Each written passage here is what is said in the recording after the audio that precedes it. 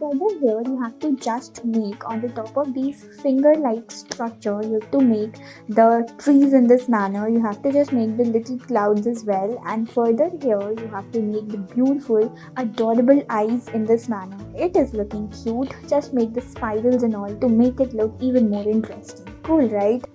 Further here you have to get the imprints like this, and then you have to make some beautiful lines across it, and given that the boundary as well, you have to make it in this manner. Just make it in this way so as to make it look like this. Further, let's see what are we up to. You have to color it with the help of green sketches. Just mark it in this form and make it look like this. Further here get another red color and then red or pink color, and then you need to just do it in this manner. And further here you have to make the dots. Your dragon fruit is absolutely ready.